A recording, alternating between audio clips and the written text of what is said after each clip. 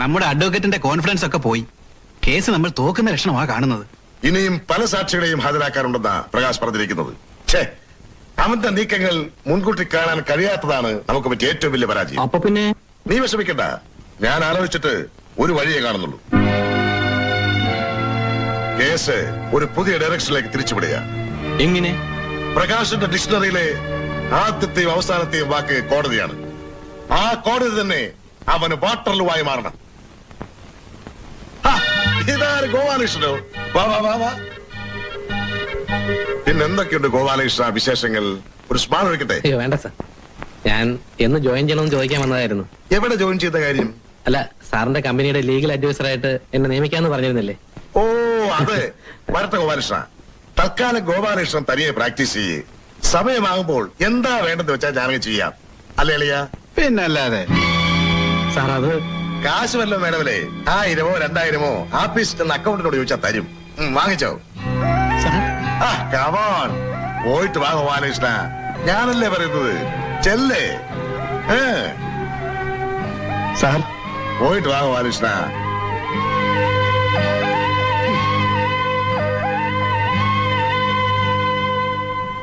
സത്യം പറഞ്ഞാൽ സാറിനെ ഫേസ് ചെയ്യാൻ എനിക്കിപ്പോ ബുദ്ധിമുട്ടുണ്ട്. സാറെന്ന് പറഞ്ഞതെല്ലാം ഇപ്പോഴെങ്കിലും പ്രകാശിന് കാര്യങ്ങളെല്ലാം മനസ്സിലായല്ലോ. എന്റെ കാര്യങ്ങളെല്ലാം സാറിന് അറിയാമല്ലോ. ചെയ്യാത്ത തെറ്റിന്റെ പേരിൽ വളരെയധികം ക്രൂശിക്കപ്പെട്ട ഒരാളായിരുന്നു എന്റെ അച്ഛൻ. അവസാന നിമിഷം വരെ നീതിക്ക് വേണ്ടി അദ്ദേഹം പോരാടി. അച്ഛനെ പിടിച്ചു നിൽക്കാനായില്ല. പോസ്റ്റ്മോർട്ടം കഴിഞ്ഞ് വീട്ടിൽ കൊണ്ടുവന്ന അച്ഛന്റെ ബോഡിയുടെ ചിത്രം ഇന്നും എന്റെ മനസ്സിൽ നിന്ന് മാഞ്ഞിട്ടില്ല. ആ മുഖത്തെ നിസ്സഹായത എന്റെ ജീവിതത്തിൽ ഒരു നിഴലായി കിടന്നിരുന്നു. ഈ ലോകത്ത് പണമാണ് ഏറ്റവും വലുതെന്ന ഫിലോസഫിയിലേക്കാണ് അതൊക്കെ എന്നെ കൊണ്ടെത്തിച്ചത്. പക്ഷേ ഇന്നെനിക്ക് പ്രകാശ്, ഡിപ്രസ്ഡ് ആകേണ്ട കാര്യമില്ല. Take things as they come. നിങ്ങൾക്ക് പശ്ചാത്തലം തോന്നി തുടങ്ങിയത് തന്നെ ഒരു നല്ല കാര്യമല്ലേ? സാർ, കൈമലിനെതിരെ നമുക്ക് ഒരുമിച്ച് ഇന്ന് ഫൈറ്റ് ചെയ്യാം. എനിക്ക് സാറിനെ വളരെയധികം ഹെൽപ്പ് ചെയ്യാൻ കഴിയും. പ്രകാശിന്റെ സ്പിരിറ്റ് ഞാൻ ഉൾക്കൊള്ളുന്നു, അഭിനന്ദിക്കുന്നു. ബട്ട് നേരത്തെ പറഞ്ഞതുപോലെ you are little bit late. എനിക്ക് ട്രാൻസ്ഫർ ആണ്, പണിഷ്മെന്റ് ട്രാൻസ്ഫർ ആണെന്ന് ആ ഡിപ്പാർട്ട്മെന്റിലുള്ളവർ പറയുന്നത്. പക്ഷെ എന്നെ സംബന്ധിച്ചിടത്തോളം പണിഷ്മെന്റ് ട്രാൻസ്ഫർ എന്ന പ്രയോഗത്തോടെ എനിക്ക് യോജിപ്പില്ല. എവിടെ ചെന്നാലും ജോലി ചെയ്യുക സത്യസന്ധമായി, ആത്മാർത്ഥതയോടെ, അത്രേ ഉള്ളൂ. സാർ, ഈ ട്രാൻസ്ഫറിന്റെ പിന്നിലും കൈമളിന്റെ കൈകളാണ്. I am sure. ആയിരിക്കാം. Leave it Prakash. അറ്റ്ലീസ്റ്റ് ഒരു കാര്യത്തിൽ എനിക്ക് സന്തോഷമുണ്ട്. ഇവിടെ നിന്ന് പോകുന്നതിന് മുമ്പായി കൈമളിനെതിരെയുള്ള പോരാട്ടത്തിന് ഒരു സ്പാർക്ക് ഇട്ടിട്ടാണ് ഞാൻ പോകുന്നത്. ഈ സമയത്ത് സാറും കൂടി ഉണ്ടായിരുന്നെങ്കിൽ എനിക്ക് വളരെയധികം ഹെൽപ്പാകുമായിരുന്നു. എന്റെ ഫിസിക്കൽ പ്രസൻസ് ഉണ്ടാവില്ലെന്നേ ഉള്ളൂ. എന്റെ എല്ലാ മോറൽ സപ്പോർട്ടും പ്രകാശിനുണ്ടാവും. All the best. Thank you sir. നമസ്കാരം മാഷേ. ഇരിക്കൂ. അയ്യോ, ഇരിക്കാനൊന്നും സമയമില്ല. മാഷൊന്ന് വേഗം റെഡിയായിട്ട്. ശ്യാം പ്രകാശ് മാഷയുടെ വരവും പ്രതീക്ഷിച്ച് ഞങ്ങളുടെ വീട്ടിൽ തന്നെ ഇരിക്കുക. എന്താ മാഷേ, പ്രശ്നങ്ങളെല്ലാം തീർന്നു. മോഹനും ഗീതയും തമ്മിലുള്ള വിവാഹം നടത്താമെന്ന് അളിയെ സമ്മതിച്ചു. വെറുതെ എന്തിനാ മാഷേ കേസും വഴക്കും വയ്യാവലും ഒക്കെ? മാഷൊന്ന് വന്നാട്ടെ. ഞാനൊന്ന് ഡ്രസ് ഇതൊക്കെ മതിയെന്നേ. ഞാൻ ഗീതയോട് പറഞ്ഞിട്ട് അച്ഛൻ ആ കൈമളിന്റെ വീട് വരെ ഒന്ന് പോയിട്ട് വരാൻ മോളെ. ശ്യാം അവിടെ വെയിറ്റ് ചെയ്യാ. ഇറങ്ങാം, പോയിട്ട് വരട്ടെ മോളെ. പ്രകാശ് ഉടനെ എത്തും. ഇപ്പൊ ഫോൺ വന്നിരുന്നു. ഇവിടെ വെയിറ്റ് ചെയ്യണമെന്നല്ലേ പറഞ്ഞത്? എത്തേണ്ട സമയം കഴിഞ്ഞല്ലോ.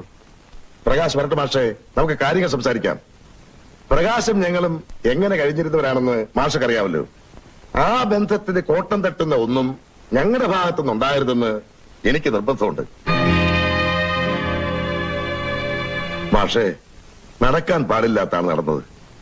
ഗീതയെപ്പോലെ ഇത്രയും നല്ല സ്വഭാവമുള്ള ഒരു കുട്ടിക്ക് ഇങ്ങനൊരു അനുഭവം ഒരിക്കലും ഉണ്ടാകാൻ പാടില്ല.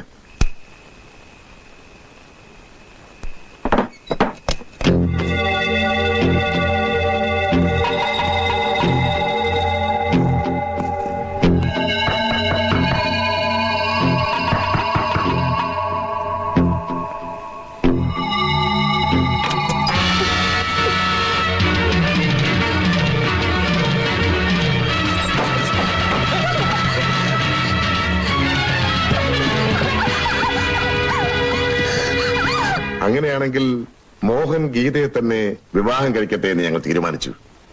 ചെയ്ത തെറ്റിന് പ്രായശ്ചിത്തം ചെയ്യുകയല്ലേ മര്യാദ.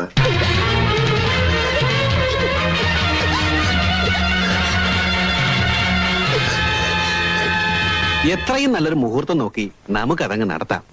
എന്താ അളിയാ? ഇനിയുള്ളതെല്ലാം മാസ്റ്റർ തന്നെയല്ലേ നടത്തേണ്ടത്.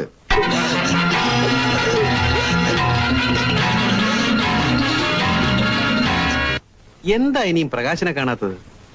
മാസ്റ്റർക്ക് ധൃതിയുടെ പൊക്കോളൂ. ഞാൻ പ്രകാശിനെ വീട്ടിൽ ചെന്ന് കണ്ടോളാം. അങ്ങനെ ആയിക്കോട്ടെ. ആ വാസവ, ആ. മാസ്റ്ററെ വീട് വരുന്നു ഡ്രോപ്പ് ചെയ്ത്. അയ്യോ വേണ്ട, ഞാൻ നടന്നു പോയിക്കോളാം. അപ്പോ അങ്ങനെയാട്ടെ. അറിയാ, ഉദ്ദേശം 1 മണിക്കൂർ ആയല്ലോ. ഇത്ര സമയം പോരെ അവർക്ക്? ധാരാളം. ഉം? ഉം. ഞാൻ കൈമളിനെ വിളിച്ചെന്നോ? ഇല്ലല്ലോ. അപ്പൊ പിന്നെ വിവാഹത്തിന്റെ കാര്യങ്ങളൊക്കെ ശ്യാമുമായി സംസാരിച്ചെന്ന് പറഞ്ഞതോ? ഇതിലെന്തോ ചതിയുണ്ടല്ലോ മാഷേ. വന്നാട്ടെ.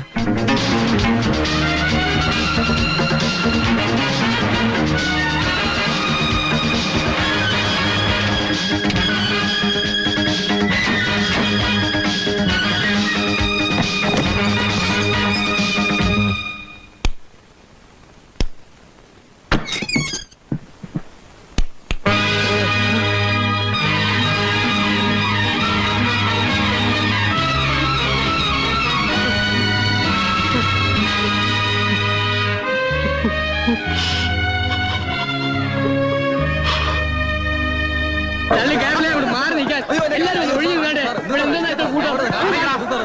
അങ്ങോട്ട്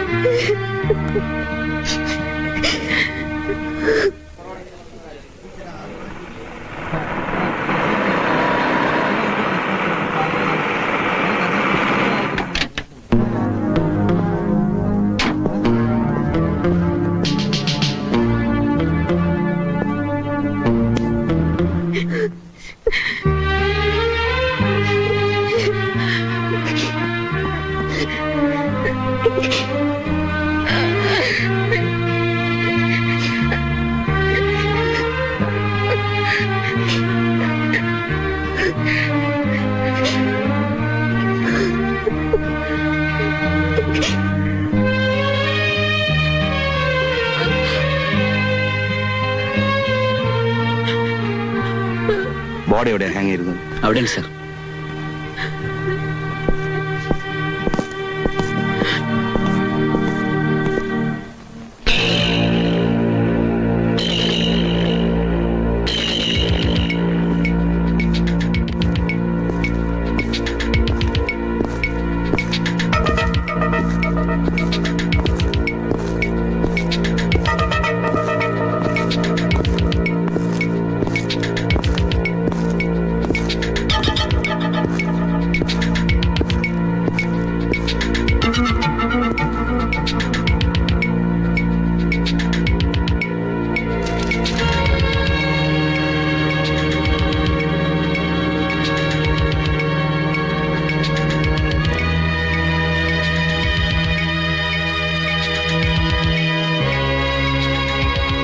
ഭദ്രൻ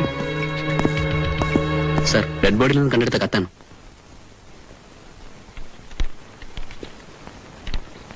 കൈമളിനോടുള്ള വ്യക്തിവൈരാഗ്യം തീർക്കാൻ ശ്യാംപ്രകാശ് എന്നെ ഒരു കരുവാക്കിയതാണ്. ശ്യാംപ്രകാശ് പറഞ്ഞതനുസരിച്ചാണ് മോഹൻ എന്നെ നശിപ്പിച്ചു എന്ന് പറഞ്ഞ് ഒരു നാടകം കളിക്കാൻ ഞാൻ നിർബന്ധിതയായത്. മോഹൻ തികച്ചും നിരപരാധിയാണ്. അയാളെ ഇത്തരത്തിൽ ക്രൂശിക്കുന്നതിൽ മനം കൊണ്ടാണ് ഇങ്ങനൊരു കൃത്യം ഞാൻ ചെയ്യുന്നത്. എന്റെ മരണത്തിന് ഉത്തരവാദി ഞാൻ മാത്രമായിരിക്കും എന്ന് ഗീത.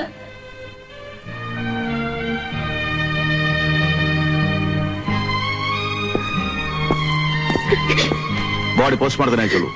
ബന്ധുക്കളുടെയും പരിചയക്കാരുടെയും സ്റ്റേറ്റ്മെന്റ്സ് വാങ്ങണം. ശരി സർ.